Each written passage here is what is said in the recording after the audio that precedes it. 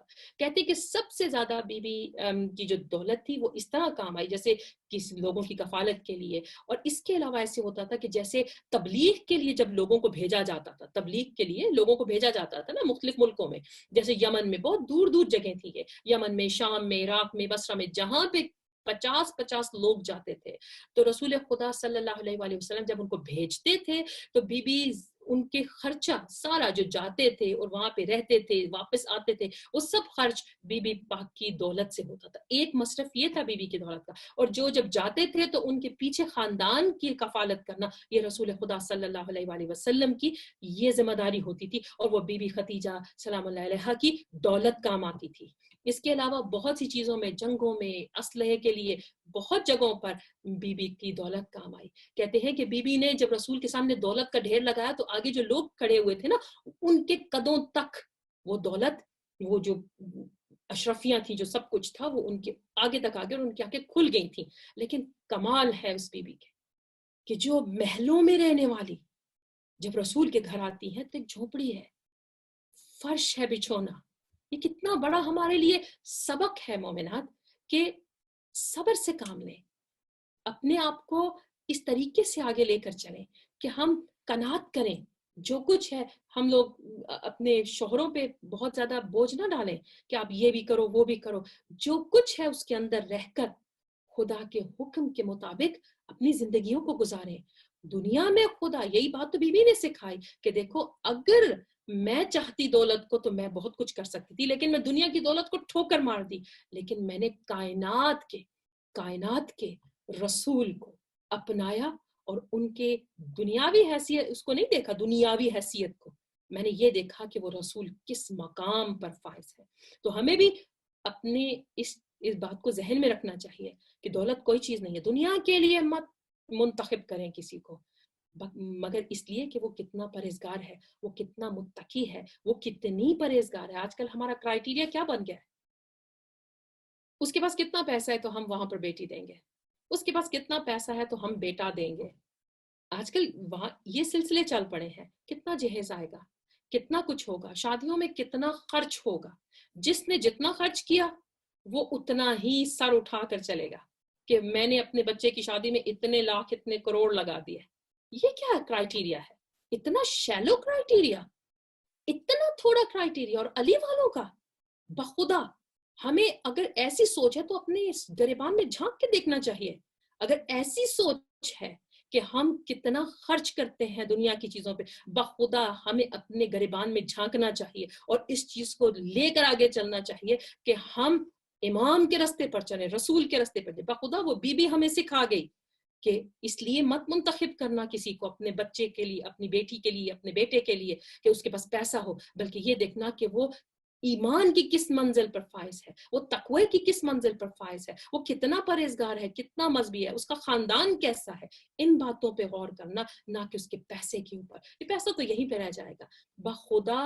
بخدا اگر ہم ان رستوں پر چلیں تو ہماری زندگی بہترین ترین ہو سکتی ہے.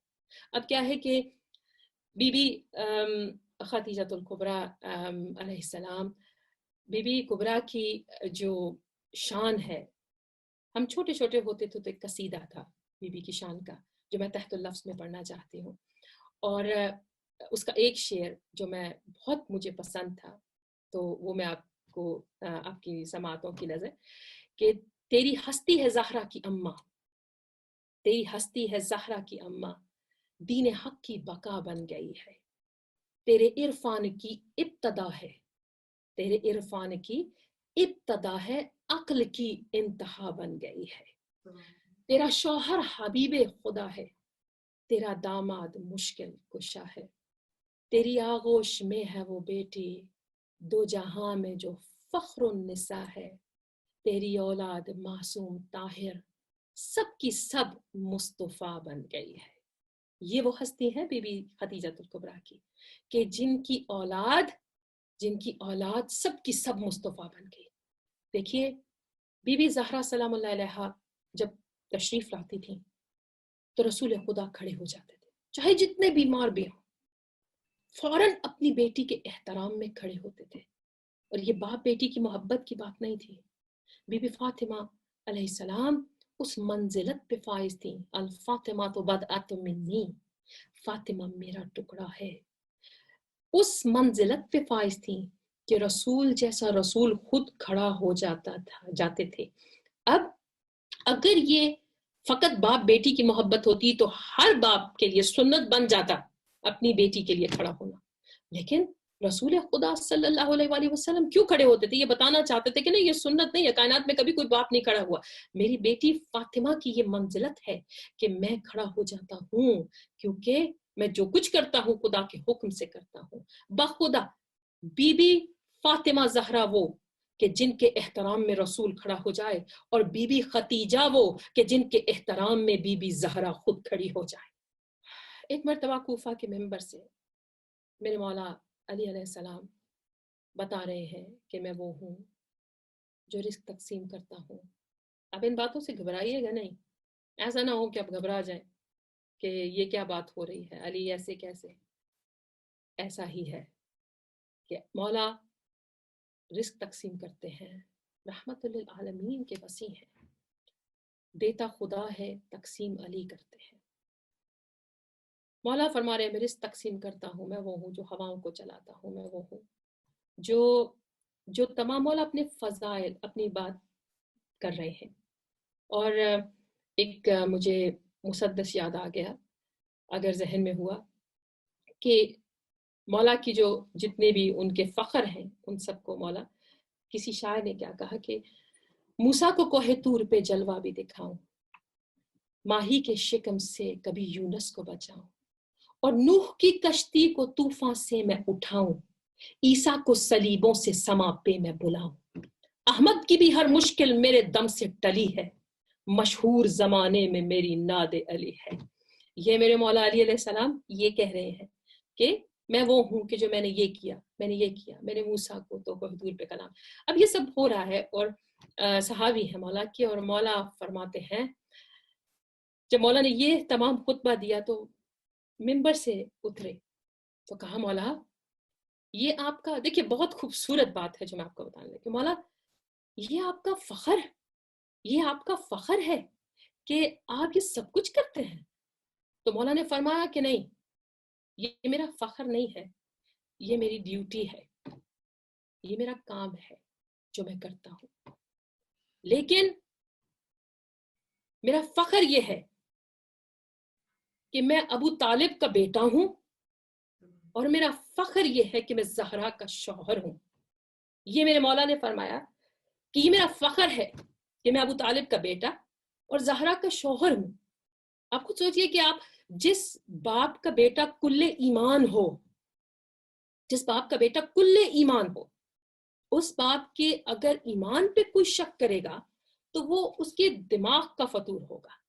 اور بی بی زہرا جیسی بی بی، جب بی بی خدیجہ کا آخری وقت تھا مومنات، تو اس وقت بی بی خدیجہ نے کیا فرمایا تھا رسول خدا سے؟ بی بی نے فرمایا کہ یا رسول اللہ، میری بیٹی فاطمہ ایک ہی اولاد ہے، میری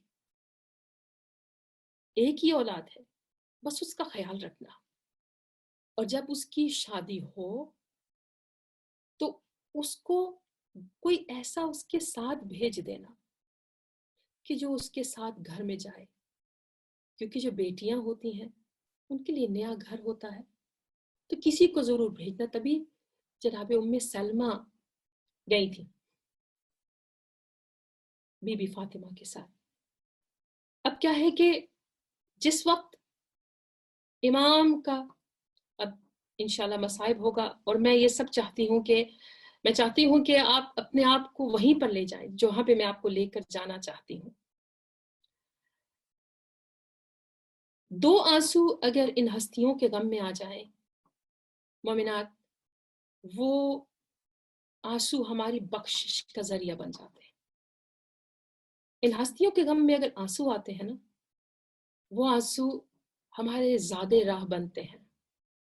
ہمیں نہیں معلوم کہ ہماری کوئی عبادت قبول ہوتی ہے کہ نہیں، لیکن یہ جو عبادت ہے، رونا میرے مولا کے لیے ان کے غم میں، تو یہ آنسو ہمارا زیادہ راہ ہوتے ہیں. کہتے ہیں کہ جب قیامت ہوگی نا، تو ہر عزادار کے ساتھ خدا ایک فرشتے کو کر دے، ہر عزادار کے ساتھ. اور وہ جو آنسو ہوں گے یہ موتی بنیں گے، لال و جواہر بنیں گے. اور وہ جائے گا، آواز آئے گی کہ جاؤ یہ نبیوں سے پوچھو ان آنسوؤں کی کیا قیمت ہے.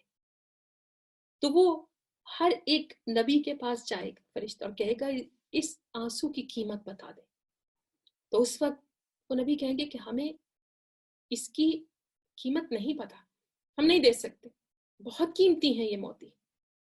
ہر ایک کے پاس جائیں گے، اور پھر اس کے بعد آخر میں رسول خدا صلی اللہ علیہ وآلہ وسلم کے پاس آئیں گے، اور اس وقت پوچھیں گے کہ یا رسول اللہ اس کی کیا قیمت ہے جو غم حسین میں بہائے گئے، جو ان ہستیوں کے غم میں بہائے گئے، جو بی بی زہرا کے غم میں، جو مولا علی کے غم میں، ان ہستیوں کے غم میں. تو اس وقت رسول خدا صلی اللہ علیہ وآلہ وسلم فرمائیں گے کہ یہ آنسو کی قیمت تو میں بھی ادا نہیں کر سکتا، اس کی قیمت میری بیٹی زہرا دے گی.